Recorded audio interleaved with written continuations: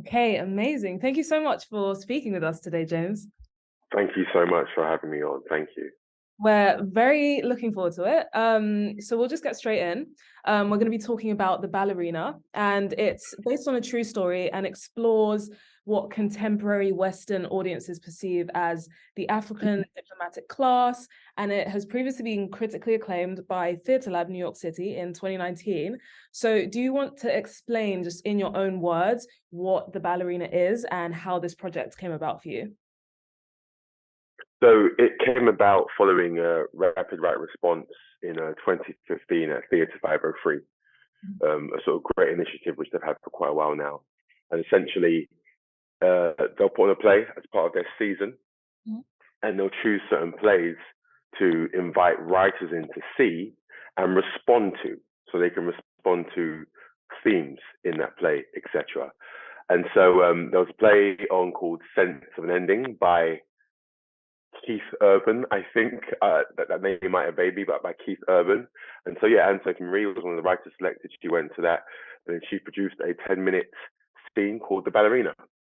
I was the lead character in that, Pacifique Muamba, and another actor played Colin. And I guess we had a really good experience and a really good reception. And since then, it became a 30-minute scratch piece, became a full-length piece. I then stepped out, said I want to take it to New York. I became director, and then COVID and all of that stuff. So it's been 8 years, 8 years in the running.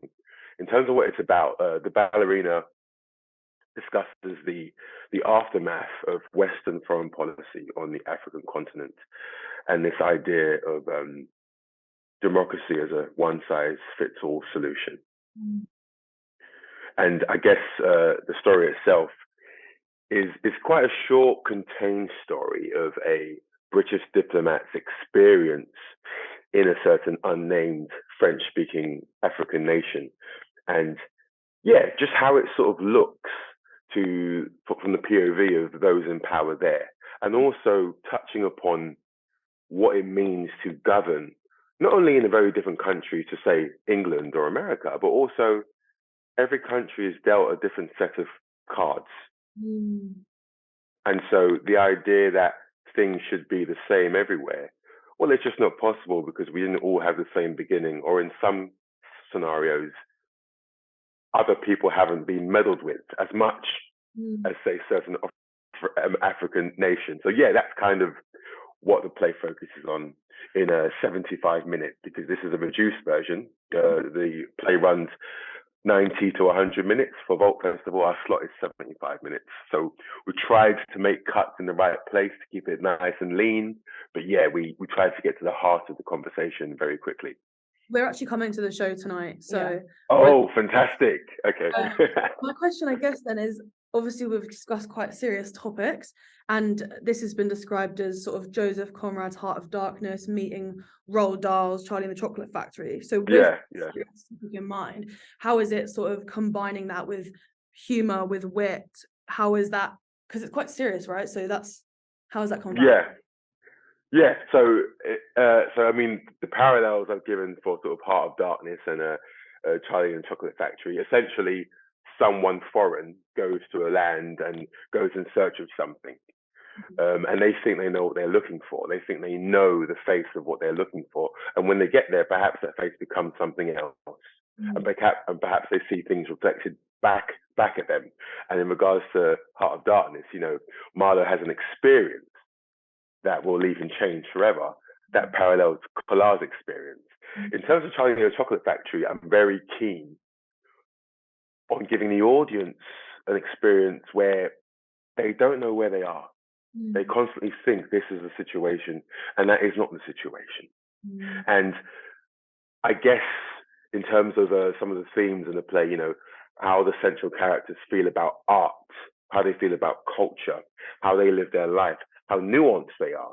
All of that will come out, and then we have a sort of Willy Wonka-esque vibe in terms of where you are and where you're living. And I've got 100 tricks in my pocket, and let's see which one comes out next.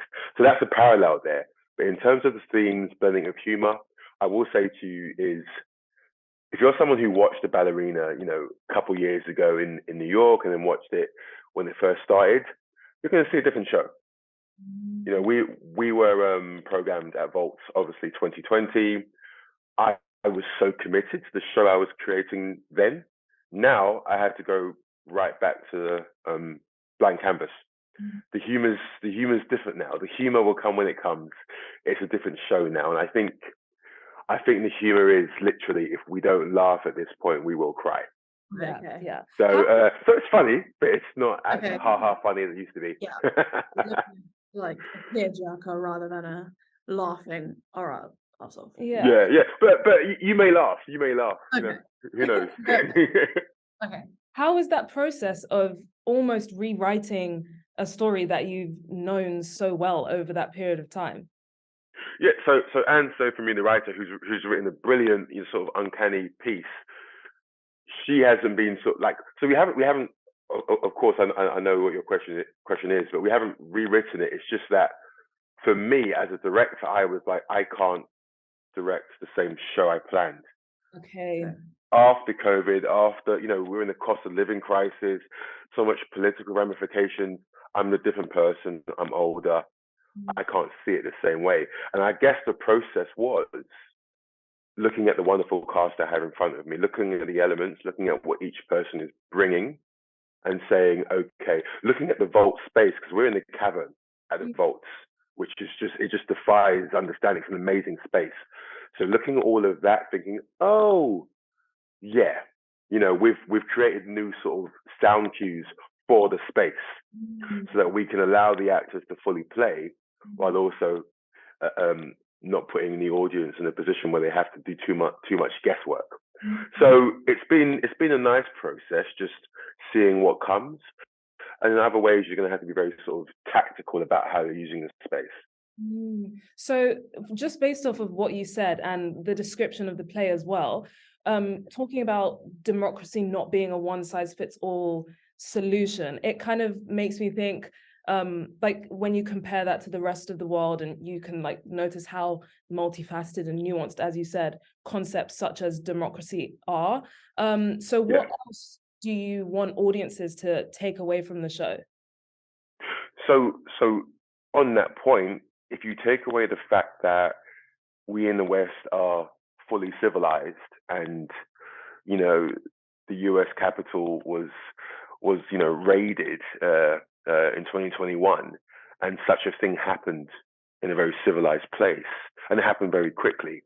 And to be honest, I'm not going to get into the politics of how it happened. I think human beings are amazing in that way, rightfully or wrongfully. It happened, and it can happen. So then what happens? And this play isn't set in Rwanda, but here's an example. You have the Rwandan genocide. As far as we know, that many people haven't been killed that quickly in 24 hours before, as far as we know. So if you're Rwanda, if you're President Paul Kagame, who is quite checkered in terms of how we see him, if you're leaders in that region, how do you govern that country after that kind of act? So therefore, if you've got a dictatorship, if you've got someone who's in power for far too long because they might have a master plan or they're repairing such a grievous transgression, they know their people. And again, it's not speaking up for them, but it's just, how does a population go from that to civilization as we see it without breaking it through X? So I think I want the audience to sort of take away and say, look, yeah, we expect coups to happen on the continent of Africa, in the Middle East, and we expect it. When it happens at home, we don't like it, and of course we don't like it. And I think if perhaps we cared about the circumstances that created this in other countries, then the whole world would be in a very different place right now. But we didn't care. We saw certain people as savages, and we just need to reflect on that. So if they take away anything, it's just what is the face of these regimes? What is the face of those people in those countries? Let's humanize that story. And lastly, let's add nuance. The key character, Pacifique Muamba, he's a foodie. He's a fashionista. He's someone who, if he was not thrust into the world of civil war, he might have been like Andre Leon Talley, associated with Vogue. Such is his precise outlook on art and culture.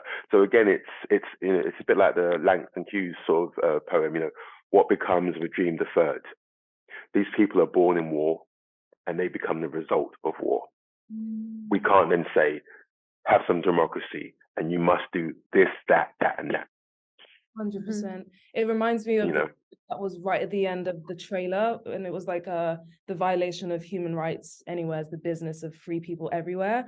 And that really resonated. I heard that it was a really like powerful way to end the trailer, so that just reminded me of that. That was really good. Yeah, thank you.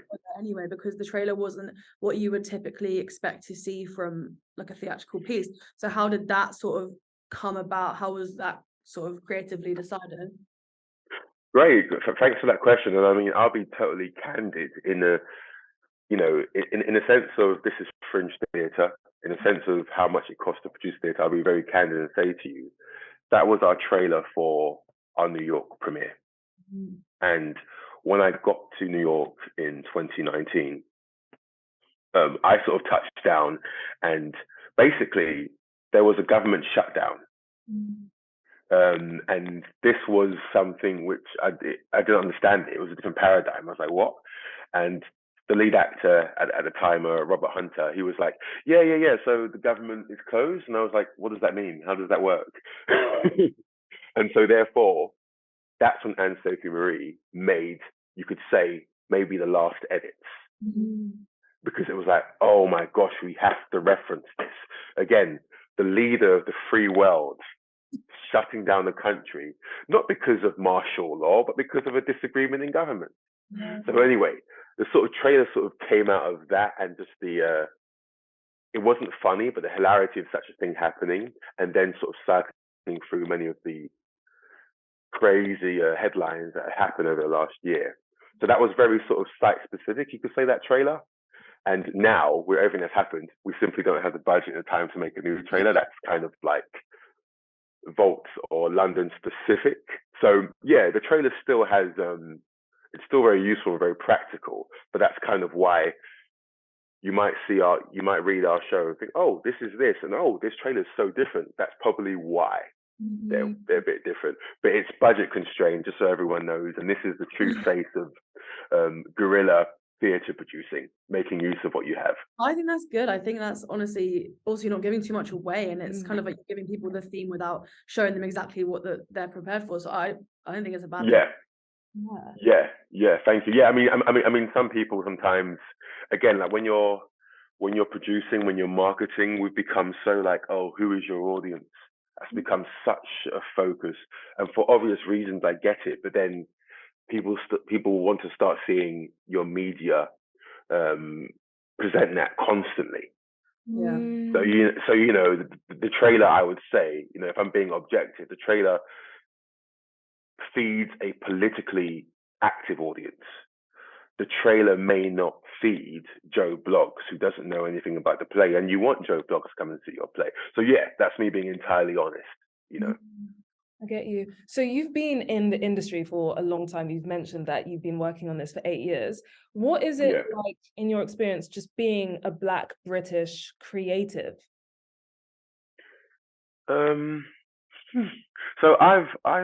I've been lucky. Like I sort of say, I've had so many great scenarios that have happened to me. And like many artists, I think you get a lot of great opportunities, and you don't get most of them, but you do get the opportunities. And I've been quite lucky. I can't say that it's been that hard, but in terms of when you actually do good work, it is sometimes very hard to be recognized for it. When you've actually done the work, it's very difficult to be recognized for it. It is very difficult to get into certain spaces, and it's almost like, but maybe I don't want to be a favorite of yours, but I do want my work, the merits of my work, to start a conversation. Yeah. I was gonna say about who or what inspires you as well, just to sort of round it up, because I know you said about how the teacher with the Macbeth sort of lit a fire in you. Was that something that's like you? Was there anything else or anyone else that had that impact on you when you were starting out? My actually come from the dance world.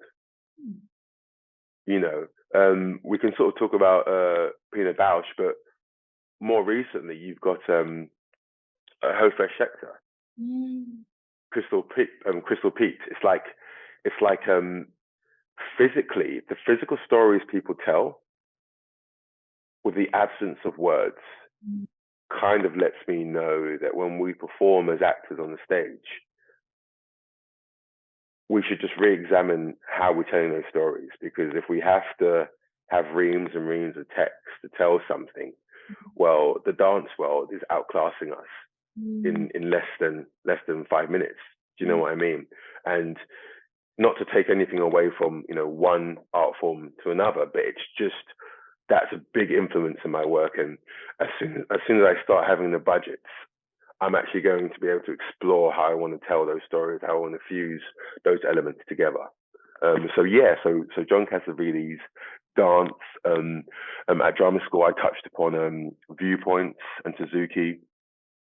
Maybe over these viewpoints it's a certain way of working which I myself want to know so much more about and be able to sort of employ in my rooms. But anything that allows physiological performance, anything that sort of goes right to the gut in an audience and makes someone to stand up, I find is what I use as an influence. Nice. Yeah, that's so amazing. Well, we're looking forward to coming to it tonight. We're so excited.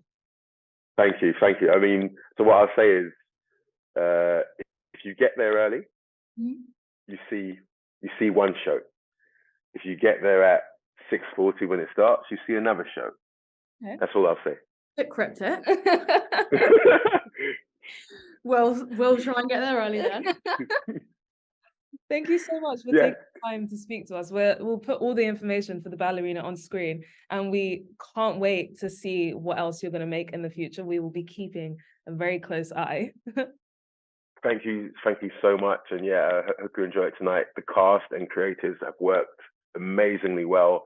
They've had less than 3 weeks to put this show together. So when you see it, you might be like, oh, James, he's not very nice to his actors, but yeah, they're amazing. They're amazing, and the set design, the sound lighting, it's something out of this world. So yeah, hope you enjoy it. Thank you so much. Where can people find you finally? Oh yeah, good question. So the company name is Chaos Europe. So that's chaos with a K, KHAOS Europe. So we've got a website there, which will be sort of updated over the next few months. But yeah, that's where they can find us, see everything we're doing. We also do some work in Slovenia as well. So we're trying to branch out into Europe. Politically speaking, following Brexit, we're trying to become more of a European company. Nice. And not just be totally UK centric right now. So yeah. Chaos Europe is where you can find us, and of course our Instagram is Chaos Europe, Twitter Chaos Europe as well. Amazing. Well, thank you so much for taking the time to speak to us again, and thank you so much. We'll let you know what we think of the show. Lovely.